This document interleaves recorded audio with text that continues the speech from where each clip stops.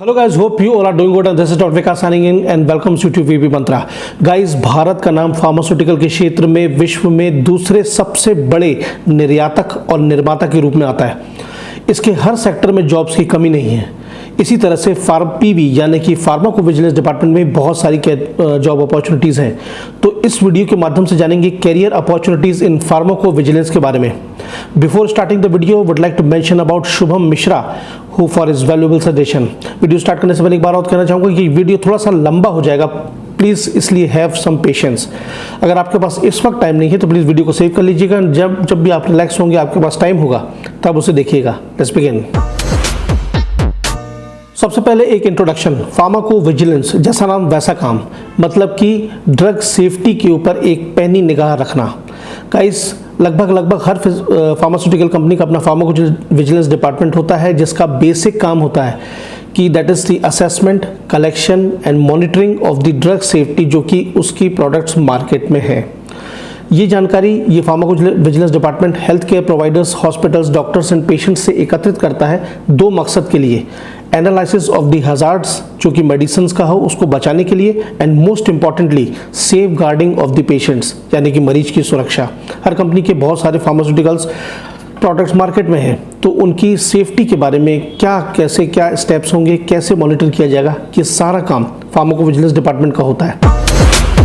वैसे तो फार्माकोविजिलेंस के 7 से भी ज़्यादा सब डिविजन्स, सब सेगमेंट्स, डिपार्टमेंट्स होते हैं, लेकिन अगर एक सुपरफिशली बात करें तो फार्माकोविजिलेंस के मुख्यतः 3 काम होते हैं। सबसे पहला, मेडिसिन की सिक्योरिटी एंड सेफ्टी यानी कि उससे होने वाले साइड इफेक्ट्स के ऊपर पैनी निगाह रखना। Number 2, clinical trial data report की कांस्टेंट स्टडी के ऊपर भी एक निगाह रखना। ये सब आप जानते होंगे, कोई भी दवा मार्केट में आने से पहले क्लिनिकल ट्रायल्स के 3 फेज के ऊपर से गुजरती है, जिसमें कि ड्रग से होने वाले साइड इफेक्ट्स या पोटेंशियल थ्रेट्स के बारे में पता चलता है। जब क्लिनिकल ट्रायल सक्सेसफुल हो जाता है तभी ड्रग मार्केट में आती है। तो क्लिनिकल ट्रायल डाटा रिपोर्ट के ऊपर एक कांस्टेंट रिपोर्ट मेंटेन करके रखना और ये देखते रहना उसको कोरिलेशन के साथ साथ कि मार्केट में उसका कैसा परफॉर्मेंस चल रहा है। नंबर 3, कि अगर कोई ड्रग का पोटेंशियल थ्रेट या साइड इफेक्ट मार्केट से रिपोर्ट हुआ है तो तुरंत क्लिनिकल ट्रायल डिपार्टमेंट को रिपोर्ट करना ताकि उसके ऊपर पे सुधार हो सके। अगर प्रोडक्ट रिकॉल की बात है तो वो भी हो सके।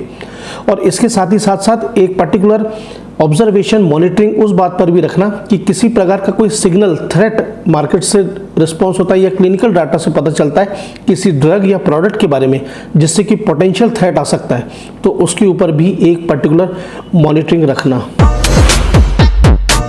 भारत में फार्माकोविजिलेंस की स्थिति बहुत अच्छी है, जो कि इस बात से प्रमाणित है कि करेंटली आज की डेट में 6000 से भी ज़्यादा लाइसेंस ड्रग मैन्युफैक्चरर्स भारत में हैं, जिनके 60,000 से भी ज़्यादा ब्रांडेड फॉर्मुलेशंस मार्केट में फ्लोट कर रहे हैं, और जो कि इस बात को बहुत प्रमोट करता है, एडवांटेजेस होता है फार्माकोविजिलेंस की ग्रोथ के लिए।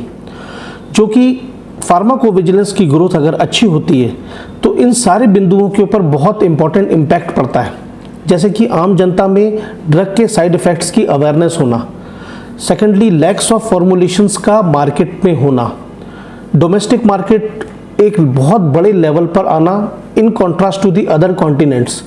एंड ऑब्वियसली वर्ल्ड का one of the major database बनना एडवर्स ड्रग रिएक्शंस का, क्योंकि जितने ज़्यादा फॉर्मुलेशंस मार्केट में फ्लोट करेंगे, जितने ड्रग डोजेज फॉर्म होंगे, उनसे होने वाले side effects, therapeutic potential hazards या फिर टॉक्सिसिटी डेटाबेस का ऑटोमेटिकली बढ़ेगा। तो इसकी निगरानी करने के लिए, इसकी सेफ गार्डिंग करने के लिए, इसके असेसमेंट के लिए एक डिपार्टमेंट चाहिए ही होगा, दैट इज़ फार्माकोविजिलेंस। और इसीलिए लगभग हर कंपनी जिसका कि अपना एक प्रॉपरली गाइडलाइंस के थ्रू मैन्युफैक्चरिंग है, WHO, US FDA, GMP अगर सर्टिफाइड है, डेफिनेटली उसका फार्माकोविजिलेंस डिपार्टमेंट होगा। तो कंपैरेटिवली भारत की फार्माकोविजिलेंस डिपार्टमेंट में अभी स्थिति बहुत मजबूत और अच्छी है। फार्माकोविजिलेंस हर उस कैंडिडेट के लिए अच्छा है जिसकी anatomy, physiology and most importantly pharmacology subject में ज़बरदस्त पकड़ है। मींस इन सब्जेक्ट्स के प्रति उसका एक इनर इंटरेस्ट और पैशन है। सब्जेक्ट्स में कमांड फार्माकोविजिलेंस में अच्छा परफॉर्म करने के लिए एक बहुत फंडामेंटल और असेंशियल टूल है। पीवी हर उस कैंडिडेट के लिए बहुत अच्छा सेक्टर है जो साइंस, फार्मेसी, डेंटिस्ट्री, या MBBS से ग्रेजुएट है। फार्माकोविजिलेंस हर उस पर्सन के लिए अच्छा सेक्टर है जिसमें पेशेंस है। पेशेंस इन द सेंस कि किसी भी हर एक फील्ड की तरह फार्माकोविजिलेंस में भी कैरियर की फ्लाइट आने पर थोड़ा वक्त लगता है। सब्जेक्ट्स में कमांड का मैं खास तौर पे स्पेशल एम्फेसिस इसलिए दूंगा, इसको आप एक एग्जांपल से समझिए। सपोज आपने किसी फार्मास्यूटिकल कंपनी के फार्माकोविजिलेंस डिपार्टमेंट में आप उसमें हैं, आप उसमें काम कर रहे हैं। वहाँ के टीम लीडर ने आपको एक टास्क दिया कि जाओ इस पर्टिकुलर ड्रग की side effects, pharmacokinetics and dynamics मुझे 5 मिनट में ला करके दो। तो अगर उस समय पर आपका उस पर्टिकुलर ड्रग या फिर बेसिक इन्फॉर्मेशन नॉलेज अच्छा अपडेटेड होगा तो आप काम के हैं, अन्यथा किताब को खंगालने में लग जाएंगे, घंटों टाइम वेस्ट हो जाएगा, काम खत्म हो जाएगा and you will be out from the department. CV बनाएं, रिज्यूमे सबमिट करें HR डिपार्टमेंट में, इंटरव्यू दें एंड जॉब करें, ये सब पुरानी ट्रेडिशनल और कन्वेंशनल बातें हो गई। ग्राउंड रियलिटी ये है कि in contrast to other department जैसे कि प्रोडक्शन, QA, QC, मार्केटिंग इत्यादि, इनके से हटकर फार्माकोविजिलेंस एक ऐसा डिपार्टमेंट है जहां पर बहुत सारी टीम्स बहुत सारे प्रोजेक्ट्स के ऊपर कंटिन्यूसली काम करती रहती हैं, जिसकी वजह से ये सारे प्रोजेक्ट्स कंटिन्यूस मोमेंटम में होते हैं। इसलिए कंपनी और टीम कभी नहीं चाहती कि कोई नया कैंडिडेट आए फिर उसको सिखाने में टाइम ज़ाया करें, एक्सरसाइज करें, कभी नहीं चाहती। इसीलिए entry, direct entry with the help of the interview थोड़ा सा टफ है और इसीलिए फार्माकोविजिलेंस में एंट्री का सबसे मजबूत रास्ता है रेफरेंस।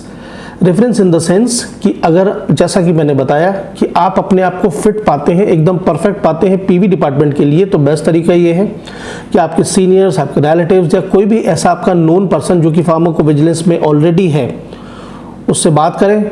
उसके रेफरेंस, उसकी ID मीन्स एम्प्लॉय ID बहुत इंपॉर्टेंट लगती है। जैसे फॉर एग्जांपल जब आपने रिज्यूम सबमिट किया तो आपके उस कंसर्न्ड पर्सन की ID रेफरेंस में रहेगी।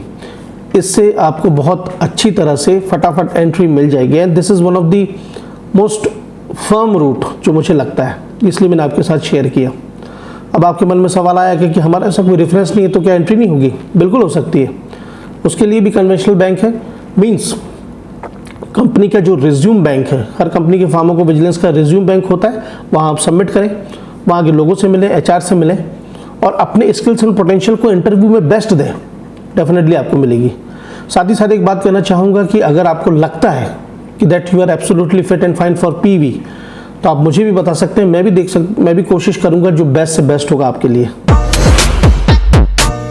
कैरियर पाथ फार्माकोविजिलेंस में एकदम एक पिरामिड स्ट्रक्चर की तरह है। आपकी एंट्री जब होती है फार्माकोविजिलेंस में तो आपकी पोस्ट कहलाएगी DSA, that is the drug safety associate, जिसमें starting salary will ranges from 30,000 to 45,000। फिर थोड़ा समय बीत जाने के बाद 2-3 साल में जब आप फार्माकोविजिलेंस के बेसिक सेट्स ऑफ स्किल से अच्छी तरह से वेल वर्स्ड हो जाएंगे, जैसे कि medical coding, scientific and narrative writing, basic understanding of the medical terms, basic understanding of the regulatory affairs, ICH, GCP and compliance, इन सब से आप जब अच्छी तरह से स्किलफुल हो जाएंगे then your salary will go up to TSS, मतलब ड्रग सेफ्टी साइंटिस्ट भी आप बन सकते हैं, जिसकी सैलरी रेंज करती है 50,000 टू 1,50,000। इन सब बातों के साथ साथ मैं अपनी तरफ से एक चीज़ ऐड करूंगा कि इस दौरान अगर आप कोई particular exclusive course like post graduation diploma in pharmacovigilance अगर कर लेते हैं और आपको 5 से 6 साल का अच्छी तरह से एक्सपीरियंस भी हो चुका है तो आप फौरन टीम लीडर या टीम मैनेजर भी बन सकते हैं। फार्माकोविजिलेंस के सर्टिफिकेशन कोर्स के ऊपर इसी चैनल पर मेरा एक वीडियो है, अगर आपने नहीं देखा तो ज़रूर जाकर के देखिएगा। और एंड अप होता है with more than experience of 10 years अगर है तो फार्माकोविजिलेंस में आप वाइस प्रेसिडेंट और प्रेसिडेंट भी बन सकते हैं। Now coming to the pros and cons, that is the positive and negative points. Positive points की अगर बात करें तो जैसा कि मैंने अभी वीडियो में स्टार्टिंग में बताया कि 6,000 से भी ज़्यादा लाइसेंस ड्रग मैन्युफैक्चरर्स इंडिया में हैं। तो कोई भी कंपनी जिसने स्टैंडर्ड प्रोटोकॉल फॉलो करती है, GMP, CGMP, WHO, USFDA इत्यादि से अगर वो अप्रूव्ड है तो उसका अपना फार्माकोविजिलेंस डिपार्टमेंट होगा। फार्माकोविजिलेंस डिपार्टमेंट इतने सारे हैं कि, और साथ ही साथ उसमें डिपार्टमेंट भी बहुत सारे हैं, तो आपकी स्विचिंग करते करते, मतलब आपका जो कैरियर लाइफ है उसमें स्विच करते करते ही आपकी पूरी कैरियर लाइफ भी बीत जाएगी और इजीली आप फार्माकोविजिलेंस में हैप्पीली प्ले करते रहेंगे। मतलब ऐसा नहीं है कि सैचुरेट होकर, फ्रस्ट्रेट होकर आपको सेक्टर चेंज करना पड़े, ऐसी ज़रूरत नहीं पड़ेगी। तो मतलब the first positive point is that कि जॉब्स की अपॉर्चुनिटी की कमी नहीं है। नंबर 2 ये कि फार्माकोविजिलेंस के अपने खुद के बहुत सारे सब सेगमेंट्स होते हैं, like for example ICSR, individual case safety report, PSUR that is the patient study update reports, signal detection, risk management, medical coding, medical writing and literature search. इस तरह के बहुत सारे डिपार्टमेंट फार्माकोविजिलेंस में होते हैं जिनकी अपनी एक एक्सक्लूसिव डिमांड होती है, तो इन डिपार्टमेंट में भी स्विच करके अच्छा आप प्ले कर सकते हैं। नंबर 3 ये कि अगर थोड़ा भी आपको पैशन और इंटरेस्ट है अपने सब्जेक्ट और अपने कमांड के ऊपर, जैसा कि मैंने अपनी स्टार्टिंग में बताया, तो फार्माकोविजिलेंस डिपार्टमेंट में आपको काम करने में मज़ा बहुत आएगा, क्योंकि वाइट कॉलर ऑफिस जॉब है और means in contrast to the other departments like production और मार्केटिंग। तो definitely you will definitely have a happy time in PV. To the cost, that is the negative points in this field. This is a very important part of the video. सन 2006 और 7 के दशक में इस field में काफ़ी job opportunity थी, काफ़ी boom पर थे और सारे डिपार्टमेंट अनसैचुरेटेड थे, इसलिए बहुत अच्छे प्लेथोरा ऑफ अपॉर्चुनिटीज़ थी। लेकिन पिछले 10-15 साल में ये सब डिपार्टमेंट्स बहुत जो कोर डिपार्टमेंट्स है काफ़ी हद तक सैचुरेट हो गए हैं। जैसे फॉर एग्जांपल ICSR है, इंडिविजुअल केस सेफ्टी रिपोर्ट्स, ये काफ़ी हद तक सैचुरेट हो चुका है और इसमें अब एंट्री लेने के लिए, इसमें काम करने के लिए बहुत मशक्क़त करनी पड़ती है। This is the ground reality. अब इसी के कॉन्ट्रास्ट में PSUR है, उसमें भी काफ़ी अपॉर्चुनिटीज़ हैं, काफ़ी बूम पर आ गया है। लेकिन ICSR का बंदे के लिए PSUR में शिफ्ट करना तभी संभव है जब उसने उस हिसाब से अपने को अपडेट कर लिया हो, वो सारी ट्रेनिंग ले ली हो, जिसमें काफ़ी टफ टास्क है, मतलब काफ़ी टाइम लगता है। सेम स्थिति सिग्नल डिटेक्शन और रिस्क मैनेजमेंट की भी है। तो इस हिसाब से नेगेटिव पॉइंट ये है कि फार्माकोविजिलेंस में अगर आपको रहना तो आपको हर साल कंटिन्यूसली अपने आप को अपडेट करना पड़ेगा कि अब आगे आने वाला किस सेगमेंट का, किस सब्जेक्ट का बूम आने वाला है। तो ये काफ़ी चैलेंजिंग सिचुएशन है। नंबर 2, पहले के टाइम पर BSc, MSc इस तरह के ग्रेजुएट्स को कंपनी हायर करती थी। इस कॉन्ट्रास्ट में pharma graduates, pharma post graduates को अच्छी सैलरी मिलती थी और वो बहुत अच्छा परफॉर्म भी करते थे। लेकिन आज के टाइम पर डेंटिस्ट्री, MBBS को भी कंपनी हायर करने लगी है, वो लोग भी काम करने को भी तैयार हैं, जिसकी वजह से थोड़ा सा टफ हो जाता है परफॉर्म करना उतना एक्सक्लूसिवली, उतना अच्छे से, अगर आप अपडेट नहीं करेंगे अपने आप को।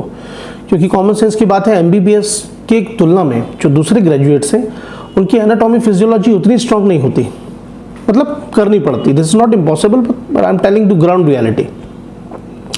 नंबर 3 कि इंडिया की तुलना में दूसरी जो एशियन कंट्रीज़ हैं लाइक फिलीपींस है, चाइना है, ये सब आउटसोर्सिंग फार्माकोविजिलेंस वर्क के लिए इंडिया को बहुत टफ कंपटीशन दे रहे हैं, जिसकी वजह से भी ये भी एक प्रॉब्लमेटिक सिचुएशन है।